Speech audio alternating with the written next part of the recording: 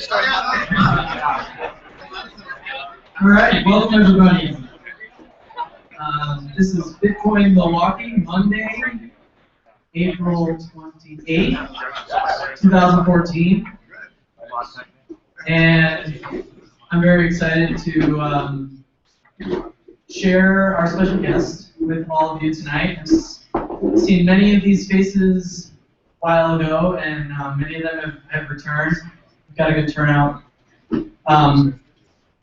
So what I like most about Bitcoin meetups is the people part, the community part. How it seems to like bring out some optimism, some life, some friendship, new friendships, and things like that. When people come here, I know a lot of you who I haven't seen in several weeks. Who've shown up tonight for our special event here, and it's, you know, like no days have passed since we last hung out, last chatted, and business ideas and friendships, circles of friends, networking, all of this is brought about by coming to a local Bitcoin meetup. That's what one of the things I think is so special about this new technology. And we're going to hear from one of the more eloquent and distinguished gentlemen who talks on the subject, a Bitcoin magnate, I would consider, Jeffrey Tucker, who's here in Milwaukee to grace us tonight with his visit. So hopefully everyone will get something out of this. New Bitcoin users, skeptical Bitcoin observers, and diehards, because I think he speaks to all of us. And I think my favorite thing about Jeffrey Tucker is his optimism. It's something that I feel compelled to share with the world, with the Bitcoin world, and the world at large too, is optimism, something that I think is lacking in lots of our discussions, debates, whether it's around the topic of Bitcoin or many other topics.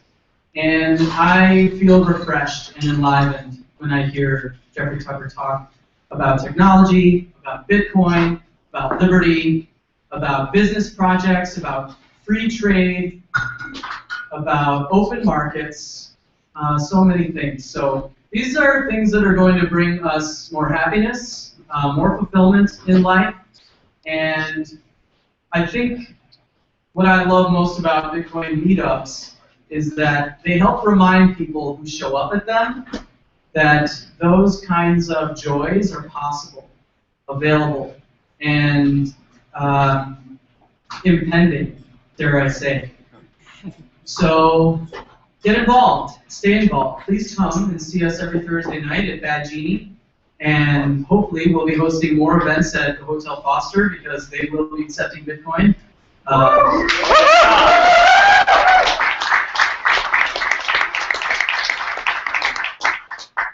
And thank you, Hotel Foster, for hosting this event. And without further ado, please welcome Jeffrey Tucker.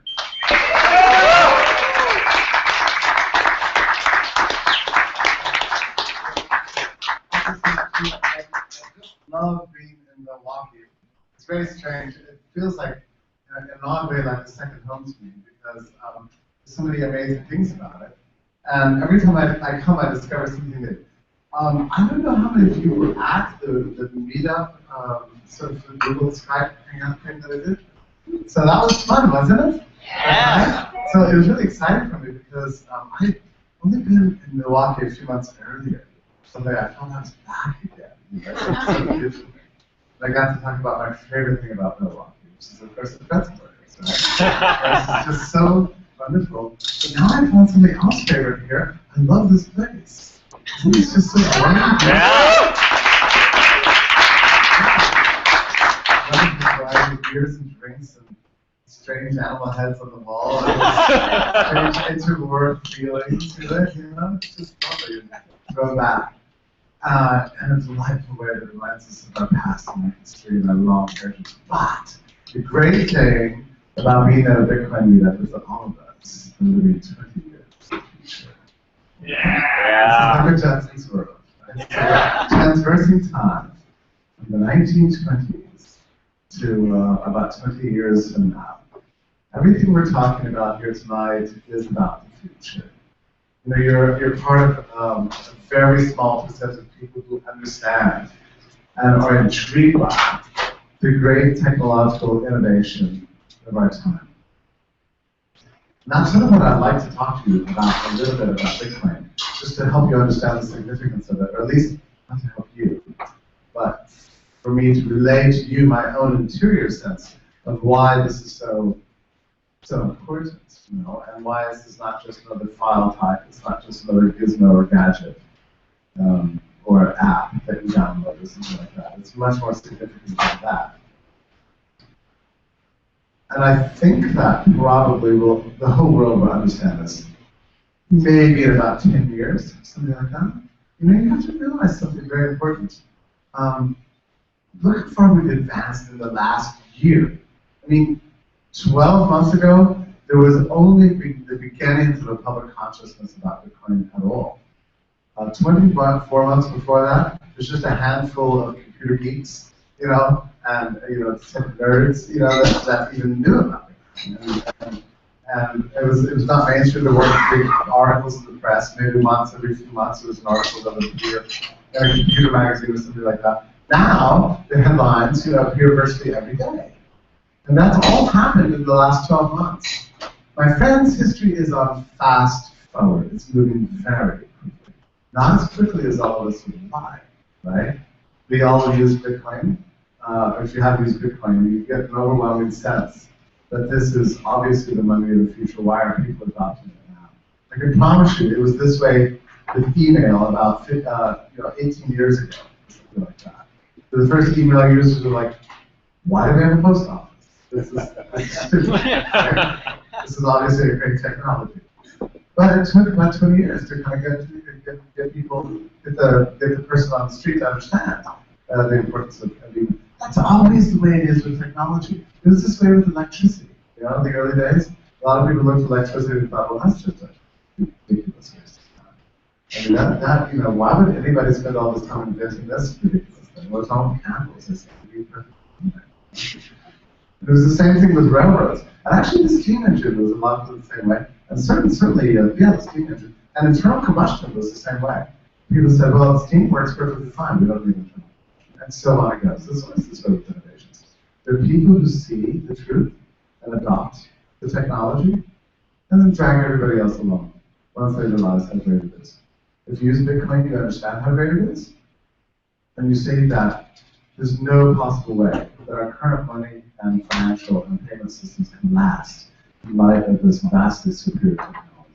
So I'd like to talk about very quickly, about three aspects about Bitcoin that, to me, summarize, you know, the economic, sociological, philosophical, and cultural meaning of Bitcoin. Just three aspects of it.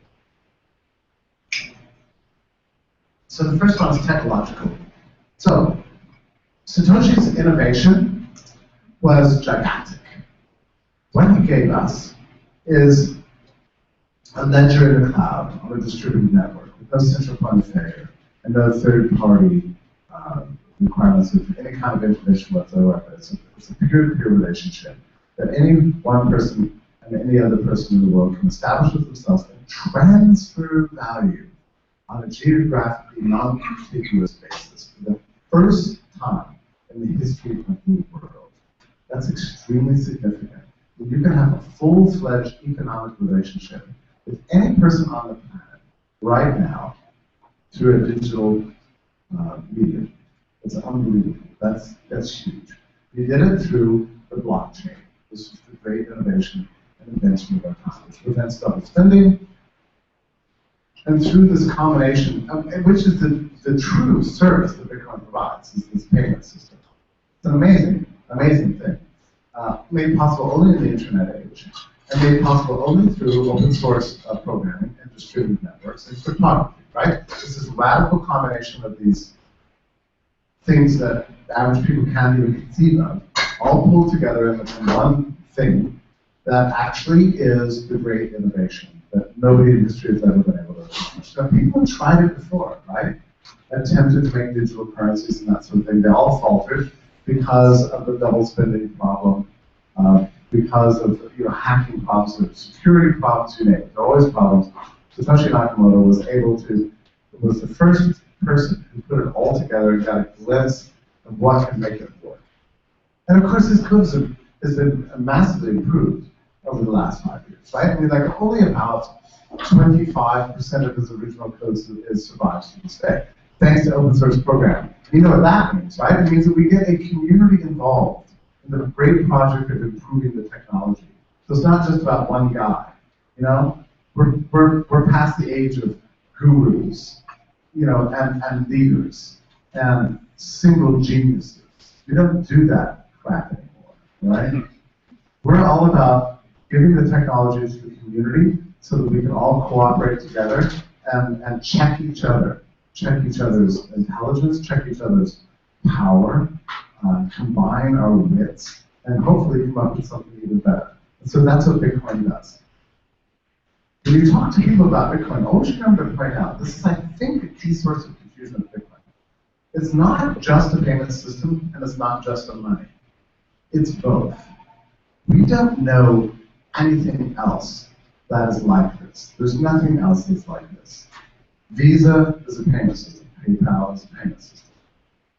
The dollar is a money. The euro is a money. Bitcoin is both a money and a payment system all rolled into one. And that's the reason it has value. If you took away the blockchain from Bitcoin, it would have a value of 0. If you took away Bitcoin itself, if you took away the Bitcoin out of the blockchain, and there was no currency unit, then it wouldn't really mean that much. It might mean something, but not that much. It's the combination of the two factors that really gives it this traction, this ability to bust through the network effects of national monies. And why is this so brilliant? How do I describe this to you? Have you ever experienced a technology that's so vastly superior to the thing it replaced that it amazes you, in every way? I'm trying to think if it's ever happened to me. I felt a little bit this way when I used a CD for the first time after using LP records, right? I know some people are still attached to LPs and that. Come on. Yeah. But I felt love with CDs. This is great. And the other day, I was in Los Angeles and I called an Uber taxi cab for the first time, and I've used it before, but to compare the superiority of the service of Uber compared to like a local taxi cab monopoly is like a little bit mind blowing. Or if all you ever drove around in was a Model T and something you get a Maserati, right? It's a little bit like that when you use Bitcoin for the first time compared to national monies. So why is this? And the reason is, I think this is a very interesting thing that very few of us entirely understood until just the last few years. About 100 years ago, governments nationalized money. They took it over. They took full responsibility for its production, its management, its distribution. Every aspect of money belonged to the state. Money constitutes half of every economic transaction in the world, right? So suddenly, about 100 years ago, governments of the world had almost entirely, actually entirely, taken over half of every economic transaction. They nationalized it. What happens when governments take over anything? Right? We don't know. The costs go up, the quality goes down, there's no improvement in the technology. It just gets worse and worse and worse. Look at North Korea, look at Cuba, look at Russia before the fall of look at the US Post Office. Yeah, you can look at a lot of things, actually. Look at the passport office, look at the local DMV. Milwaukee probably has a great DMV. Everything in Milwaukee is wonderful, so maybe even that's one. But the point is that with money, everything just got kind of crappy, and we're using 1913 level technology in our monies. Meanwhile, we've got smartphones in our pockets. It's a little bit weird. It's like we didn't really know what money could be. I didn't understand it until the first time I used Bitcoin. I thought this is incredible. a money that actually keeps up with the times. That's actually consistent with the way we live the rest of our lives. That's as good as our sneakers and our computers and our cell phones and our food access and our apartments and everything else is improving. Our money just gets worse and worse. You know that about 100 years ago, the dollar used to be worth about $1. And if you keep that index exactly the same, it's worth less than 5 cents a cent. That's what happens with government in charge. Everything falls apart.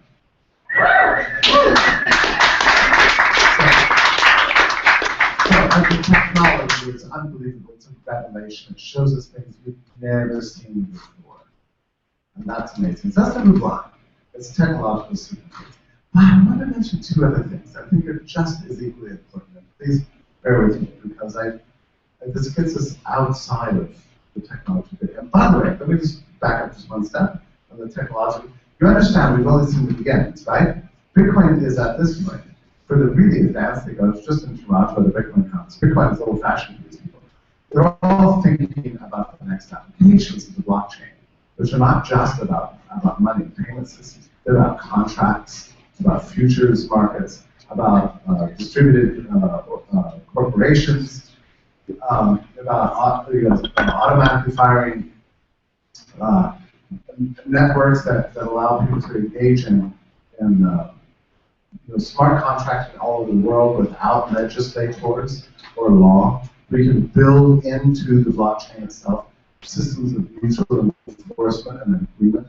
In effect, I mean, once you begin to realize what the significance of this is, you realize that the blockchain is capable of replacing not just our third-party relationships we have with things like Visa, MasterCard, and banks, but the big third-party problem we have is governments themselves. Yeah! That's the big third-party. The blockchain can do this. It can do this. Satoshi only released 2 parts of his protocol when it first came out. Payment system, and then money part.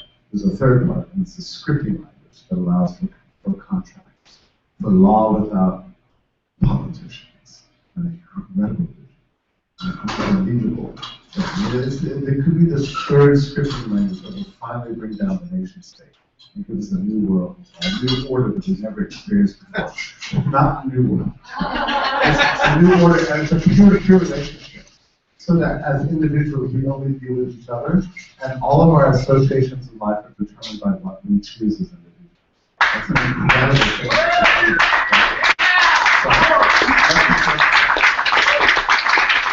So the second thing I would like to mention about Bitcoin is that it's a tool of human liberation.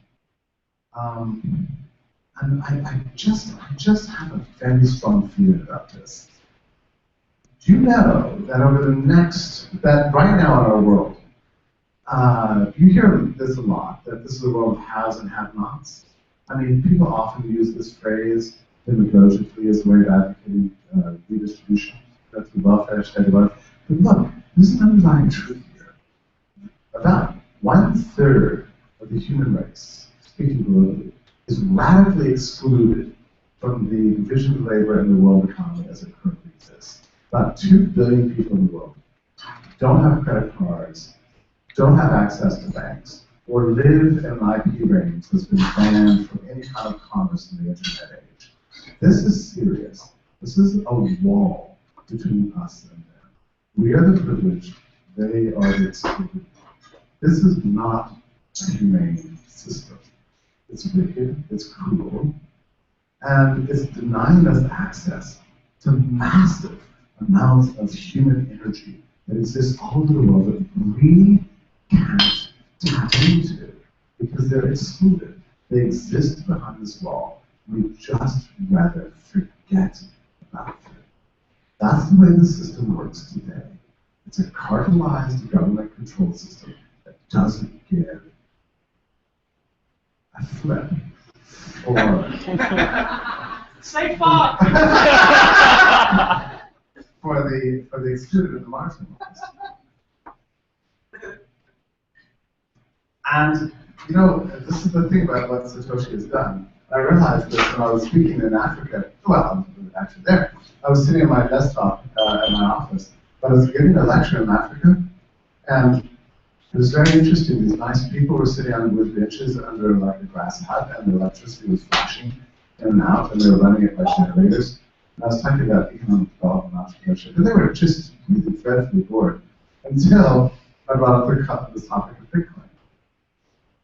And about a third of those nice people sitting on those wood benches brought up their smartphones. These people without paid without consistent access to electricity, and without banks, certainly, and Frieza doesn't care anything about it. They all have cell phones, and they all love it. Yeah! Yeah! What are you doing now? So if we can include them in the worldwide division of labor, do you understand what I mean? Think about the 1990s. Why was that such a period of massive global economic growth?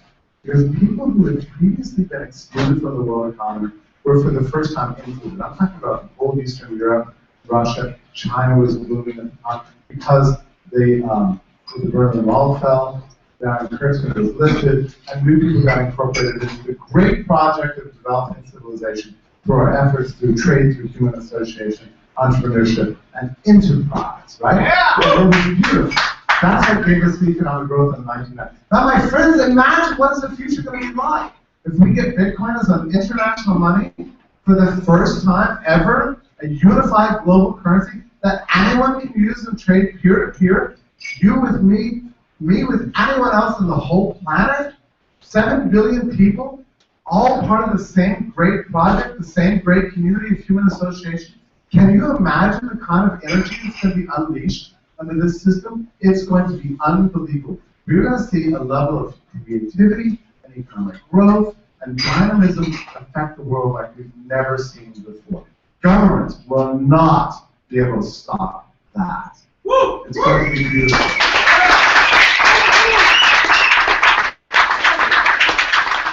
So just remember that I said that in 10 years. Please remember to stop. You're going to see this sometime, and it's going to shock everybody. Nobody will understand it. Okay, so the third thing I just want to mention about Bitcoin is that it's a symbol. It's a very important symbol for us. It's not just a technology. It's not just a tool of human liberation. It's a symbol of hope for us. All right? So look, we all go through our moments of despair. There are times we look at our world and we say, this is just not good.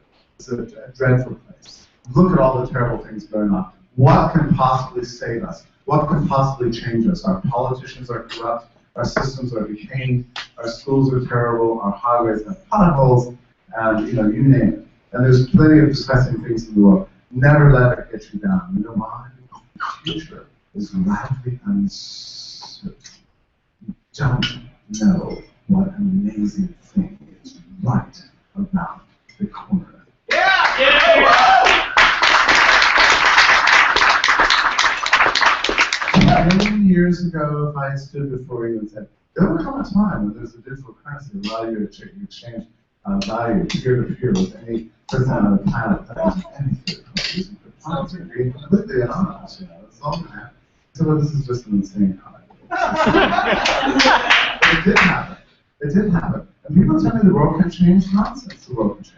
I mean, if you can radically upend world financial systems and monetary systems, lorded over by the biggest big shots with the most power, they have all the power, the resources, all the degrees, all the elite status you want, and one programmer who we don't even know releases a protocol out on a free forum and it upends the entire system, shocking the hell out of the Federal Reserve and every other central bank. If that can happen, anything can happen. All right? We need to be hopeful because this is the world we're moving into. It's a digital age. It's a digital age. What does that mean? It means that we've entered into the cloud of infinite sharing of human knowledge, of infinite cooperation between us as individuals. That means the possibility of dynamism, of hope, and creativity, of things we can't imagine. You think you're sitting there, you can't imagine what it is. It doesn't matter what you can imagine. As a global community now, we can cooperate together, combine our ideas together, and come up with something much greater than the sum of its parts. Because at last we're talking to each other. This is a beautiful thing. And if we can overthrow something as troglodyte, reactionary, and decrepit, and thrown back as the Federal Reserve and the dollar and their horrible systems of cartelized finance with a free protocol distributed on open source, anything can happen in this world. So to me, Bitcoin is not just a technology. It's not just a beautiful thing. It's music. It's poetry. It's a dream. It's a hope. It's the heart.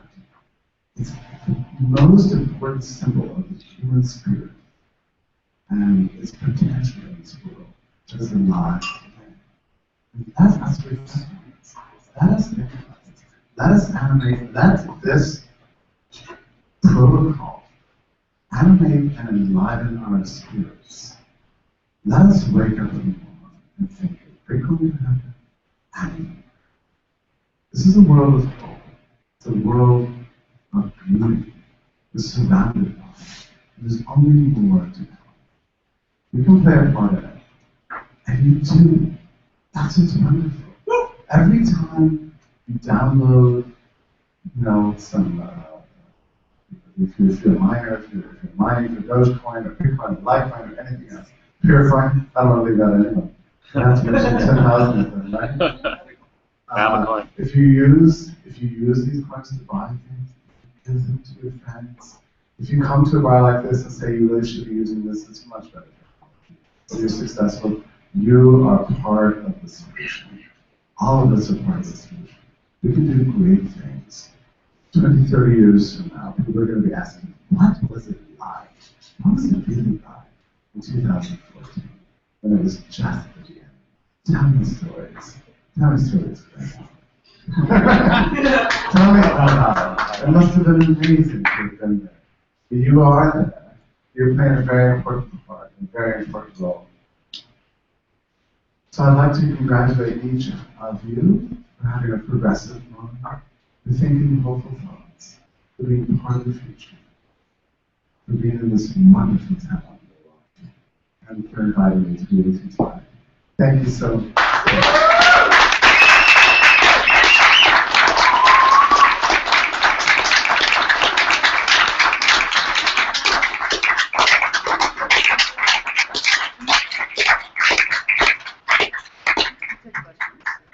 We can do some questions. If anybody has questions for the one and only Jeffrey Tucker, let me hand over the mic. Yeah, go ahead. So, I have a question about, is it, in your mind, possible to create a government that is basically, the decisions the government makes are delineated by the blockchain, and that... Yeah, I think it's about, if you're curious about this idea of the scripting language, the third part of the protocol, the mysterious third part, such as code, you should look at a project called Ethereum. Sure, yeah, I've heard of Ethereum, and I kind of look at it as like it's a potential alternative. Yeah. But there's a lot of, obviously the government has power. Right. So relinquish power is That's something that they don't nobody want likes to you do. like a belt. No government's don't like people who don't like you. But sometimes they have to. Yeah. Look, there's still a post office. Why? I don't know. But it's what it says. The government's not going to give up their power. The important thing is not so much to make the masters of the universe finally admit that they're idiots. The important thing is to come up with alternatives. That's what we have to do. I mean, it's like with Airbnb, they've made an end run around the government zoning laws concerning rental properties and hotels. Uber has made an end run around taxi cab monopolies. This is basically the last 20 years. I mean, the app economy that we all use every day, we download an app. You have to understand this is revolutionary technology, right? I mean, it lives outside the nation state. You don't care when you download an app, who made it, where it came from. It could be a programmer from Ukraine, from Austria, from Costa Rica, from Belarus, from Sao Paulo. This doesn't matter, you don't care, it doesn't even matter. They're becoming rich. They live in their own countries just by entering into this beautiful anarchy of the app economy. one of the most important sectors of life we have today. It's how I got over here tonight, thanks to the if it weren't for my GPS program, I wouldn't be here tonight. But it's the way we live. It's how we do in our times, you know? And no politician ever approved this. No politician ever put a bill through. We should have an app economy. You know? The IRS doesn't even seem to know or care that it exists. You know? It's a wonderful thing. I think our future is going to consist of building out a separate life, you know, that lives in the cloud above this physical world where government makes such a mess up. So I would suggest that you claim to be an anarchist. Yeah. What you're suggesting is a form of Bitcoin voluntarist, some kind of a structure. Yeah, So well, you need a structure, but why not let it be voluntary and open sourced, and you know, something that everyone can sort of input. yeah, I agree with that. I agree. I'm an anarchist in that sense. Yeah. So you're willing to consent to some kind of authority so long as it's voluntary. Yes. Yeah, I don't even care if you call it authority or not. You can call it authority, you can call it law, you can call it whatever. It just doesn't matter. As long as it's voluntary, then I think it's great. I mean, I would be really happy to get rid of it. If I could push a button somewhere in this room to abolish all states, like, I would not even hesitate. You know? I would just like abolish them all, push the button, and they're gone. I would be so happy. I mean, basically, life would continue to be as cool as it is now, except it wouldn't be as expensive. That's what would happen if we got rid of states. Everything great would continue to exist, and everything terrible would go away. That's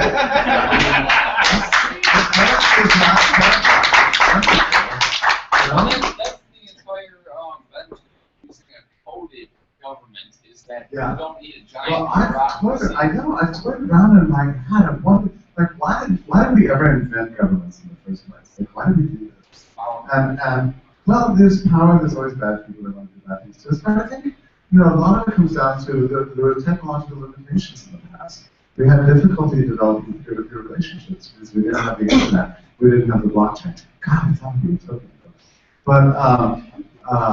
But I wonder if maybe one of the reasons people support third governments is because we long for a third party. We have the technological limitations of having to being able to deal with each other on a geographically non-contiguous basis, you know, in any kind of economic relationships.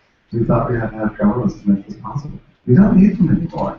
I mean, I don't think we ever need them, but we really don't now. You know? There's old fascism. He talks about liberty me. Oh yeah. Oh, you want to hear about liberty me?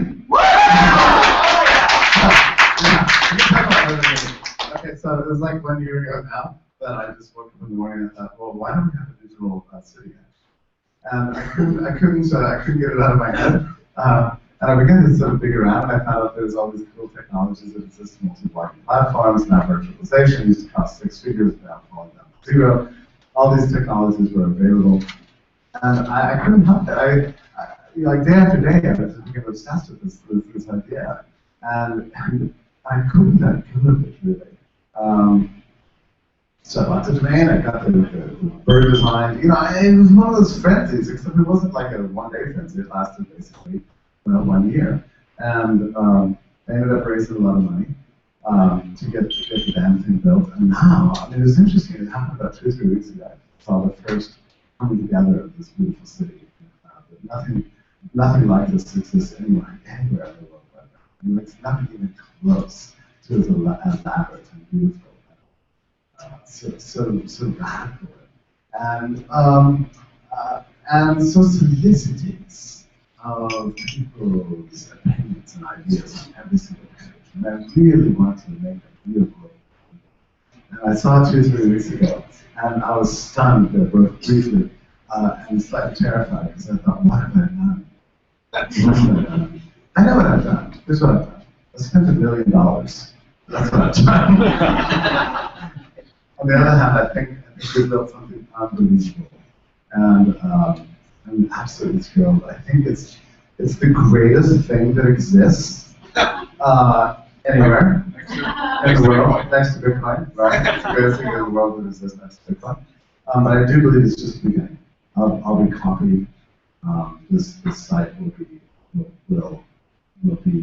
I'll have about 5 years doing the coolest thing in town. That I have to do really amazing. But right now we are the coolest thing in town. Happy. When is it going to be about a beta? So there are all kinds of secret things going on right now. We have a really cool group of the 1%, the aristocracy, the privileged sphere, who are in there right now. It's about 1,200 beta users, which are kind of founders, and we have all a secret handshake. So right now, I think we're live. But I think it's okay for me to mention that we are doing a quiet public release. So if you go to the site now and dig around a little bit, you'll find different parts. Okay. There are things that are open. And over the next 7 to 10 days, we're going to gradually open that more and more. And then we'll be fully ready for the new memberships, new citizens. I want to redefine that with citizens. You know, it's kind of got a nice heritage that governments with it. You notice this?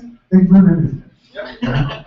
Like a great tradition, you know, they eradicate, you know, marriage, you know, put government in charge, but they ruin it, you know, everything, citizenship, you know, everything they touch, they ruin it. So, yeah, we should take it all back to ourselves. The Liberty is a city. It's a city that you know, this is our frontier. Freedom has always been protected by the frontier. I mean, that's what we do. Ever since the 8th or 9th century, this is what humanity has done. We've moved away from tyranny towards freedom, right? We moved away from the grueling, desperate poverty of rural areas where we are isolated, without roads, and we are robbed all the time, killed. We moved to the feudal lands to give people protection and food and have better lives and longer lives. Then the cities opened. The capitals. We moved away from our feudal lands to the city for opportunity, so we could get more communication, get more income, and be part of a larger structure of division of labor. And then the government took the cities, and then in 1995, the Dark Ages finally ended, and we got the internet was privatized, and now we have a new frontier. No, really, we've always been moving to the frontier in American history. The Northeast became a massive despotism, and everybody wanted to get the hell out. And they moved to areas that were desolate, isolated, and faced massive privation and danger. But why did they do this? Why? For freedom, for independence, for the promise of a better life. And what's our frontier now? What are our Dakotas today? What's our Texas? It's all in the cloud. And we've been desperately clambering our way there. We've been living there for 20 years. Now I think it's time to just jump all over the way down. There's nothing to hesitate anymore. This is a frontier. You know what's beautiful about the internet frontier? It's not geographically limited. It's not like the Dakotas. There's only a certain amount of land there. It's not like Texas. This is an infinite space, infinitely expandable. This is a land where all of humanity can experience total liberation. It's going to last forever. That's a wonderful thing. We are the pioneers. You know, we're the pioneers that are moving to this frontier. It's showing the way forward. This is a beautiful thing. I thank God every day that we're alive right now. I mean, I would not have wanted to live in the 1930s, in the 1940s, in the 50s, in the 70s, in the 80s. I only want to live like right now and in the future. Because these are the cool times. This is the times when all the amazing stuff is happening. So you have to use it. Go ahead, Professor. Tell me a little bit about your thoughts on gold money. Gold money is great. I mean, gold is a perfect money, right? Goldmoney.com specifically. Oh, yeah, I don't know about goldmoney.com. I'm sorry. Is it grams of gold, gentlemen, been Yeah. studying currencies for years. And it's a great network. It's been around for a long time. I still think it's got its place. Mm-hmm. Yeah, it probably does. You know, I mean, so many efforts to try to come up with some alternative to the dollar. That's what it is, right? Yeah. And do you know this man named Bernard von Nahas? Yes. He's a great man. he came up with the idea of inventing a new currency that was based on silver, right? And yeah, Liberty dollars. And I really admire all these entrepreneurs who've been trying for 20 or 30 years now to try to come up with something that, it's a little bit interesting to think. Because, if you've ever felt like you know everything, just try not to feel that way. Because it turns out we're often wrong, And I've been often wrong in my own life, and I have many books I've read, and some other things I am. And one of the things I was radically wrong about was the idea that you couldn't come up with an alternative to the dollar through private enterprise. I didn't know that you could do this. I always thought that the dollar had to be reformed from the top down. I didn't know that you could actually get to work and make amazing new technology through, like burning down an outhouse with the silver. Very visionary man, unfortunately persecuted and looted by the feds, right? I should have been a signal. Like if the federal government did not think he was a threat, then they would have left him alone. That's a good signal that somebody's on to something. If you're on to something great, the feds are going to come after you. That's a good. We should follow around all the people who are being persecuted and prosecuted and living in their apartments with those ankle bracelets or otherwise living in jail, because they are the innovators, the creators, and the heroes of our time. So I have many friends, actually. It's very strange to be alive right now. I have many friends who are actually either in jail or variously involved in the criminal justice system at some level, just simply because they're amazing people. They're trying to give us progress. The government doesn't like that stuff. They don't like progress. But so many heroes of our times are doing it anyway. So let me just mention, for example, Ross Ulbricht. Can I say something nice about Ross Ulbricht? Yeah. Okay, so this is the guy who learned to end all the violence associated with the French by opening up a beautiful website called the Silk Road. Yeah, he was taking out. you ever watched the show Breaking Bad? Yeah. It's a great show. It's a great show. But if what's his name? Walt. If Walt had access to the Silk Road, he could have done all his work in his house and just sold it all. Would have been one episode. That would have been the no violence, nothing. No weird trips to Mexico. So yeah, go ahead. It's also about laissez-faire books. Yeah, laissez-faire books. I'm really proud of what I did laissez-faire. It was very interesting because I went there about 2 years ago, and I came up with this idea of an online book club where we distribute books on a subscription basis. It now has about 35,000 members. It was the very first subscription-based ebook distributor in the whole world, as far as I know. I'm very proud of that. Now we have about 5 imitators out there that are doing very well for themselves. Laissez-faire is doing very well, and I continue to work for them. So they're very nice people. I'm very happy with it. The other reason I pushed ahead with Liberty is that I thought to this. Tucker, I'm a huge fan of yours, and always respected your work. I hope you appreciate this critical question. Go. I'm probably going to piss off about half of you. Just prepare No, more. please do. I've heard you many times talk about, in the negative light, the religious nature of the state. Yet you yourself are religious. And I was wondering how you Reconcile how religion. you reconcile. How am I a dedicated papist attached to an ancient hierarchical institution Yes. with a dictator named Pope and also a radical anarchist? How can I possibly answer that question? I meant that from the hugest respectful measures like possible. That's okay. I don't know how to frame up your question in a more pointed way than you when I said. No, the Catholicism. So Catholicism is a beautiful tradition of anarchism that I feel myself attached to very much. So, if you read Rousseau. Is the idea God's first? What? Is the idea that God's first before the government? Well, I'm drawn to this. There's a funny element of Christianity that's like really uncivil, and I like the tradition and of the certain aspects of the strain of Christianity that regards the conscience as being having the primary role in individuals' decision-making power. more so than the state, and that's part of the tradition. Actually, it's actually part of the Christian story. So I would never proclaim myself to be some sort of great prophet of this faith in any way, but there's certain parts that I draw from that entice me and intrigue me. And I was about to say something about Rousseau. You know, he's very funny. The great political philosopher of the social contract. He said, you know, if we're going to have a viable social contract, we need to get rid of Christian. It was uncivilizable. I like to think of myself that way. That's civilized me. Thank you very much, guys. I appreciate it. That's a superficial answer, but that's what I'm offering tonight. Anyone else? Any more wonderful questions? Milwaukee, I love this town.